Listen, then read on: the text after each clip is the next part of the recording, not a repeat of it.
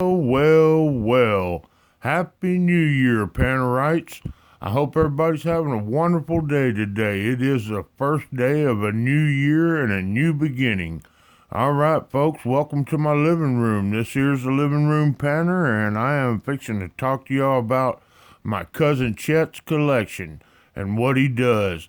All right, folks, YouTube is in no way affiliated, sponsoring, or endorsing. This is all the Panner.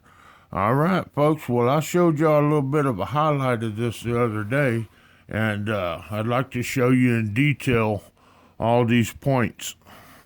And Cousin Chester, he's a unique guy. He has been collecting arrowheads pretty much his whole life. A majority of it in Sabine River bottom, southwest Louisiana, all the way up the river to even did quite a bit of hunting, arrowhead hunting, artifact hunting in the Longview Kilgore area of East Texas, and found quite a bit of stuff there. And I always was amazed. I went a few times with him and found little bits and pieces and flint and pottery and stuff, and I never found a complete arrowhead. So I often asked him, Chet, why don't you ever find any whole arrowheads? And he goes, well, man, just think about this. When you get lucky enough to come across the area that was a camp area that the Indians used, you can quite frequently find many different types of artifacts there. And a lot of times you'll find these arrowheads like I'm showing here on this plaque. And even though they're not perfect, they were a work in progress. So his theory is any arrowhead that was made by a native Indian that was, in their opinion, perfect, in good condition, and turned out well, was put on an arrow and shot at an animal. And the chance of finding that arrowhead is rare because it could be anywhere in the woods or wherever. So the camp area has all the junk, I guess you would say, the rejects, the broken pieces, the ones that had started and just didn't quite finish or broke while they were in the process of finishing them, and just kind of chunk them off to the side. So it was quite often he would find a jackpot, so to speak, of a lot of rejects. And he has buckets of this stuff. And over the years, he's put together different things, and he's even tried selling some of it at little arts and crafts shows and stuff. And so I always thought it was very interesting. He added the antlers on there, I guess, just as a little touch, a nice little touch. And then probably had this old piece of wood just laying around that he just sanded up and epoxied all the arrowhead points to it and shellacked it or clear coated it, and it looks wonderful. I love it. So that's one of the gifts I got from him for Christmas, and I greatly appreciate it. This is invaluable to me. I'd never get rid of it, trade it, sell it, or anything like that. It's awesome. And I just need to get a little clip to hang it on the wall. All right, well, that's gift number one. The next thing I'm going to show is a shadow box. And this shadow box he gave to me some years back. March 27th, 2006. Cousin Ted and family, Cuz Chet. And he made this shadow box. He makes them, and he puts his collections in there. And so this is probably one of the better collections, I would say. And these points are almost perfect, if not perfect. Again, why he found these versus, all the broken ones. Maybe these are not what the native Indians thought was a perfect point, because obviously if it was perfect it would have been used, right? Anyways, no way of knowing, but this is a very unique collection right here.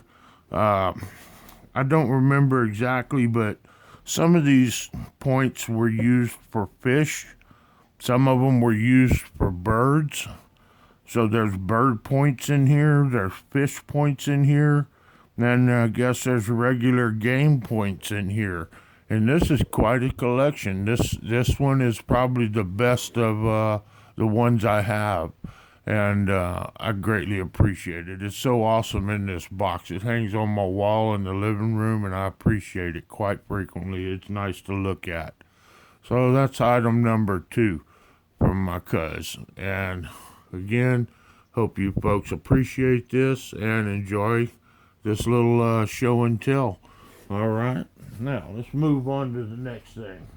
Now, this is kind of the Coup de Grace, the best of the best, in my opinion, because it's such a variety and a unique plaque. This right here, folks, it's heavy. It's heavy. It's a piece of wood with a bunch of rocks on it, it looks like. But let me tell you, everything on here is an artifact. This is a piece of pottery, some stones, piece of petrified wood, another piece of pottery right here. And folks, I don't know if y'all can see this, but you see those marks in there? Well, my fingernails fit the grooves of that perfectly. You know, somebody put fingernail marks in there intentionally. My fingernail fits into that thing just like I made it, you know? And so that's got fingernail marks in it. There's another piece of pottery, some more pottery. Has a little bit of a design kind of going across it. Petrified wood, another stone, another big stone right here, another big piece of pottery right here. Then, folks, these are sizable chunks of stone and such. Some shell, another great big stone over here, and pretty unique stuff. Just very interesting stuff. And this right here, folks, he tells me this is a tooth, maybe off of I don't know, ancient animal. It's petrified tooth, and it's huge. That's no cow tooth. That's I don't know, woolly mammoth, or I don't know what the heck that is, but that's a big old tooth right there. That's petrified. And let's talk about these stones for a second. This stone, this stone, this stone, and this stone. He says, I asked him, what are those little grinding stones? What do they do? Grind up stuff in there with, like a mortar pestle type deal? And he goes, no, those are nutting stones. Nutting stones. And I'm like, nutting? They broke nuts? No, man.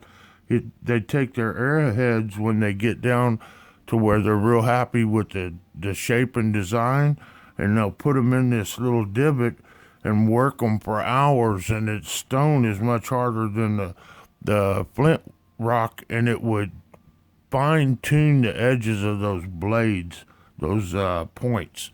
They would fit right down into the groove of these stones, and they'd just sit there and work them back and forth until they just wore them very sharp on the edges of their arrowheads. So that's what he calls nutting stones. Not sure some of this other stuff, what it is exactly, but you can obviously tell some of it is petrified wood, some of it's pottery, some of it's nutting stones. This has got to be some type of a tool that was used for something or another. So pretty unique. This almost looks like bone right here. So just thought I'd share this stuff with you guys. Now, and this one with the fingernail grooves in it. That's awesome right there. That's awesome. This really is. So, there it is, folks. That's the pottery and artifacts from Cousin Chester back home in southwest Louisiana. Now, I got one other thing I want to show y'all. He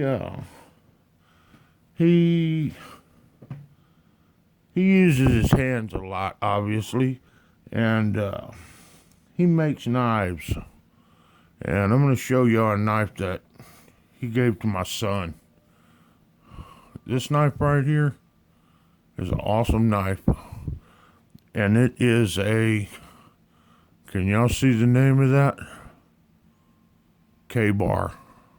Folks, 1207 USA. A K-Bar knife. Man, this is a military knife from like the Vietnam era that he reworked it and put it into this antler handle. And folks, he doesn't spend a lot of time polishing and cleaning, but in a raw state, I guess you would say, this thing is remarkable.